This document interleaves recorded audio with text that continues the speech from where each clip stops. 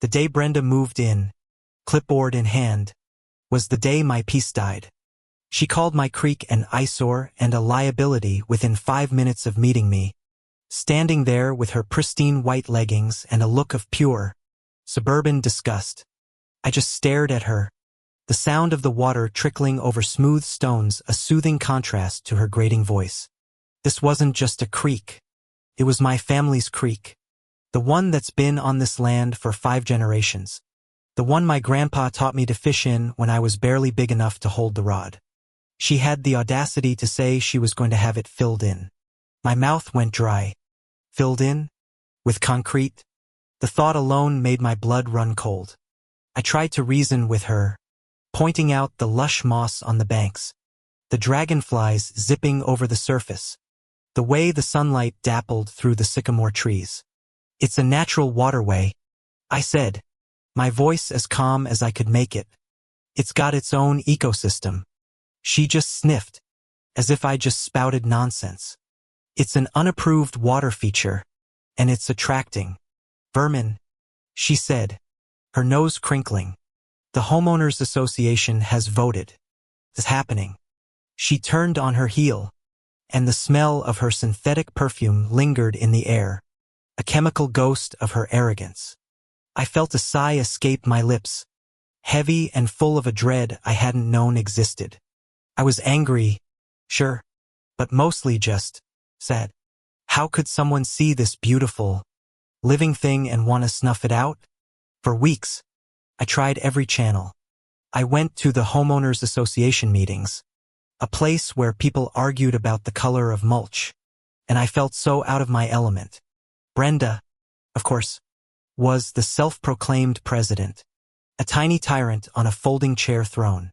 She shut me down at every turn, her words clipped and final.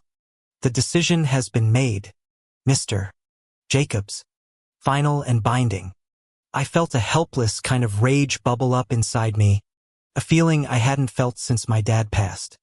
It was like watching a bully steal your lunch money, and the principal just shrugs. I'd walk home and sit by the creek, just watching the water, listening to its steady murmur, feeling its coolness on my fingertips. My last few days of peace. Then one morning, the roar of a diesel engine shattered the silence. A massive cement truck rumbled down my driveway, the air thick with the smell of exhaust and fresh mixed concrete. My stomach dropped. It was happening. A crew of grim-faced men in hard hats got out, their boots crunching on the gravel path my dad had laid. Just following orders. Man, one of them said, his voice flat, when I tried to protest. I watched in a horrified trance as the long chute was extended over the bank. The creaking of the mechanism, the sudden metallic groan, and then the sickening sight of thick, gray sludge pouring into the crystal-clear water. The beautiful, bubbling sound of the creek was replaced by a dull, wet thud as the concrete cascaded down, a tide of artificial death.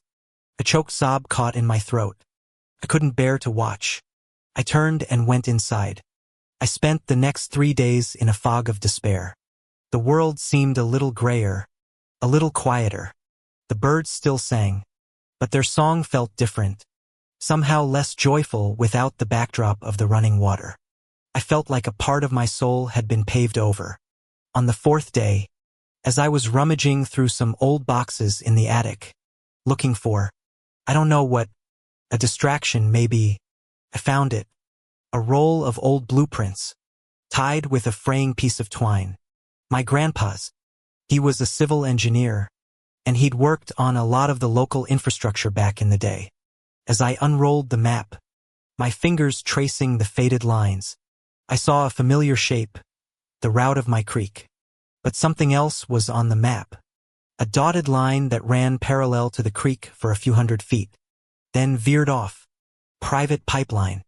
And at its end was a symbol, tiny, intricate drawing of a building with the letters OC. Omnicorp. My grandfather's old company. The one Brenda worked for now. The one whose headquarters she was always bragging about.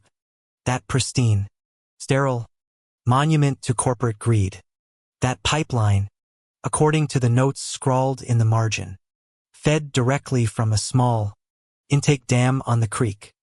An unfiltered, private water supply, put in decades ago for a pilot program and never removed. A slow smile spread across my face. A grim, chilling twist of my lips. She hadn't just blocked a creek. She'd blocked the headwaters to her own dam company's water supply. I didn't say a word. I just watched. A few days later, a strange silence settled over the neighborhood. The sound of Brenda's constant lawn sprinklers and the trickle of her pool filter. Gone. I saw her on her phone, looking frantic, her face pale. Then the local news started reporting on it. A mysterious infrastructure failure at the Omnicorp headquarters. Water pressure issues. Then, discolored water. I heard whispers of the company having to buy bottled water for thousands of employees. Brenda, always the center of attention, appeared on the local broadcast, her expression a mix of forced calm and barely contained panic. She prattled on about unforeseen complications and working tirelessly to resolve the issue. She still hadn't connected the dots. Oh, the blissful arrogance. The climax came a week later at the Emergency Homeowners Association meeting. Brenda, her perfect hair slightly askew, was trying to explain why she couldn't get her own lawn watered. The room was full of angry neighbors, their faces red with indignation. Just as she was saying something about uncooperative contractors, I stood up. My hands were in my pockets, and my voice was quiet, almost a whisper, but it carried across the room. The uncooperative contractors probably just followed your orders. Brenda. A few heads turned. She glared at me, her eyes narrowed. I don't know what you're talking about, Mr. Jacobs. Oh, I think you do, I said, pulling out a framed copy of the old blueprint. I laid it on the table and pointed to the dotted line. You see this? This is an old intake pipe. And this pipe, I pointed to a tiny, faded lettered area, feeds the water supply for the Omnicorp headquarters. The one you so proudly told us about. The color drained from her face. She looked at me, then at the map, then back at me. Her perfect mask of superiority cracked. Just for a second, and I saw a flicker of pure, unadulterated fear. The room went dead silent. A woman behind me gasped. The sound felt like the final, perfect crescendo to a silent symphony of justice. The story was front-page news. Brenda was fired from Omnicorp, and the resulting lawsuits from both the company and the furious Homeowners Association members dissolved the organization in a storm of recrimination.